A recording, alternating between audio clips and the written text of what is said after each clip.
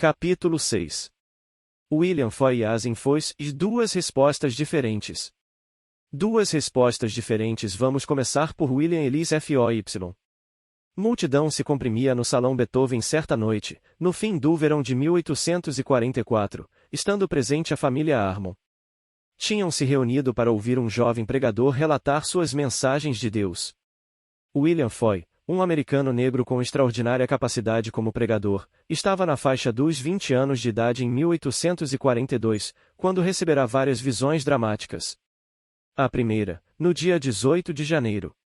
Recebida numa igreja da rua Soutar, em Boston, durará 2 horas e meia. Um médico presente examinou-o e relatou que não detectava vida a não ser em volta do coração. O próprio Foy disse, e minha respiração me deixou. Não fora instruído a revelar a mensagem da visão, embora sentisse que deveria. Uma segunda visão lhe foi dada no dia 4 de fevereiro e durou 12 horas e meia. Nessa ocasião, foi instruído a revelar essas coisas que viste, e também advertir teus semelhantes a fugir da ira vindoura. Havia muito preconceito contra aqueles que alegavam ter visões, bem como contra pessoas negras, de modo que era compreensível que ele hesitasse em se expor em público. Alguns dias mais tarde, porém, o pastor da igreja da rua Bloomfield, em Boston, foi à casa de Foy e lhe pediu que fosse à sua igreja para relatar o que tinha visto. Embora temeroso de como seria recebido, concordou em contar a visão. Na noite seguinte, a igreja estava superlotada. Quando Foy se levantou para falar, seu temor o deixou de súbito e ele falou com serenidade acerca das coisas que Deus lhe mostrará. O auditório o ouviu fascinado. Na época em que recebeu essas visões, Foy se preparava para ser ministro episcopal, embora houvesse sido anteriormente membro da Igreja Batista. Antes das visões, opunha-se à ideia de que Jesus estaria voltando em breve. Mas depois das visões, sua eloquente e fervorosa pregação se concentrava na proximidade do advento. O tempo era curto e ele anelava que seus ouvintes estivessem preparados para encontrar seu Salvador. Foy passou os 3 meses seguintes falando em igrejas de todas as denominações, para multidões ansiosas por ouvi-lo. Enquanto descrevia as coisas celestiais que tinha visto, bem como o terno amor de Cristo por seus filhos, muitos respondiam e se convertiam. Como precisava sustentar a família, no fim dos 3 meses voltou para a agricultura. 3 meses depois, saiu para pregar novamente, certo de que Jesus viria muito em breve, e ele devia advertir as pessoas para que se preparassem. Quando pregava, usava os trajes do clero episcopal. Algumas pessoas dizem que Ellen Harmon ocupou mais tarde a responsabilidade que primeiramente fora dada a Foy, mas outros que estudaram cuidadosamente os fatos históricos não concordam.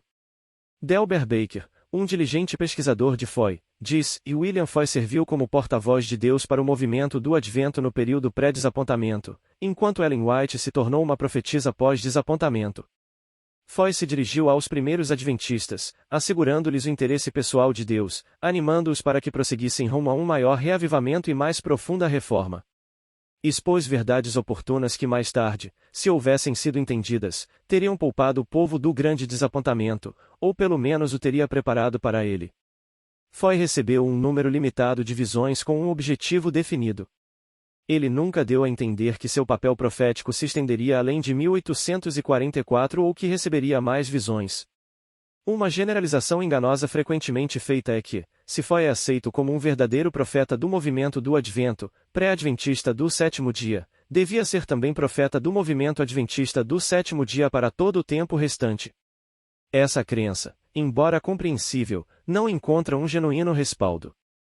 As evidências parecem indicar que William Foy recebeu uma mensagem específica para um tempo determinado, e que ele cumpriu fielmente a tarefa que lhe fora dada por Deus.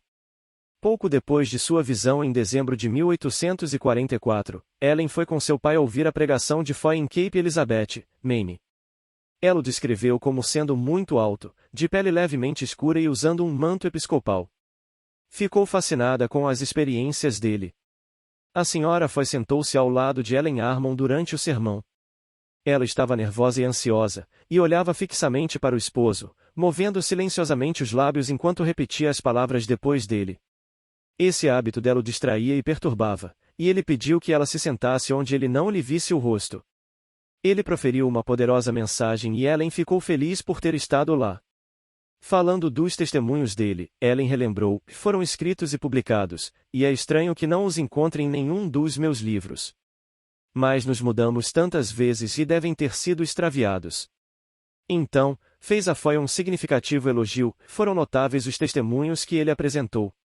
Ela, aparentemente, aceitava a experiência dele como genuína.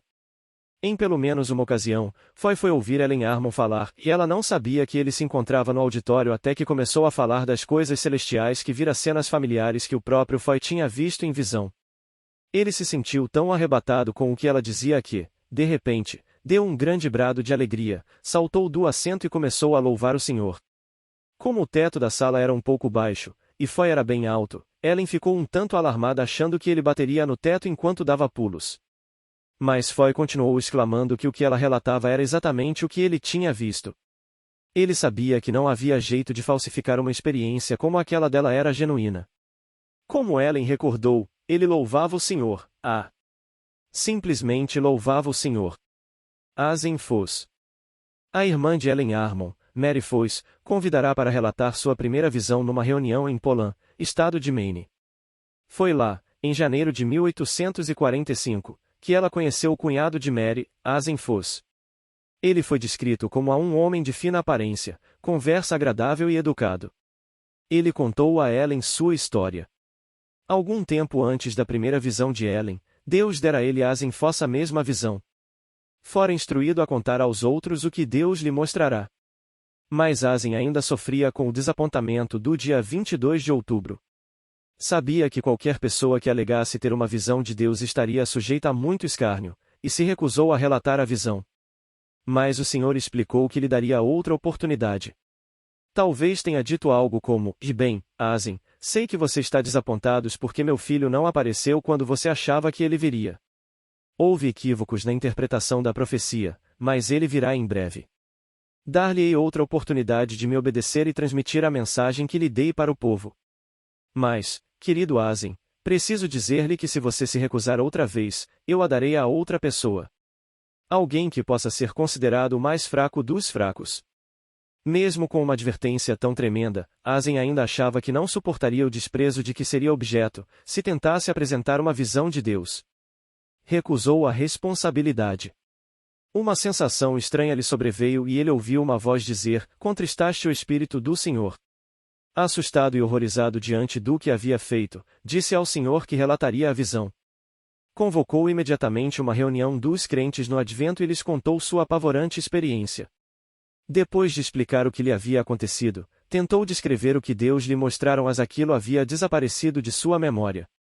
Não se lembrava de uma única palavra. Disse que tudo o que ele pôde dizer foi: e foi-se de mim. Nada posso dizer. O Espírito do Senhor me deixou.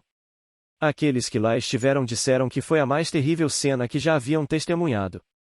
Quando Asen contou isso a Ellen Armon naquela manhã em Poland, disse-lhe que, na noite anterior, ele se encontrava do lado de fora da porta na casa dos Emissegiri, onde ela dera seu testemunho.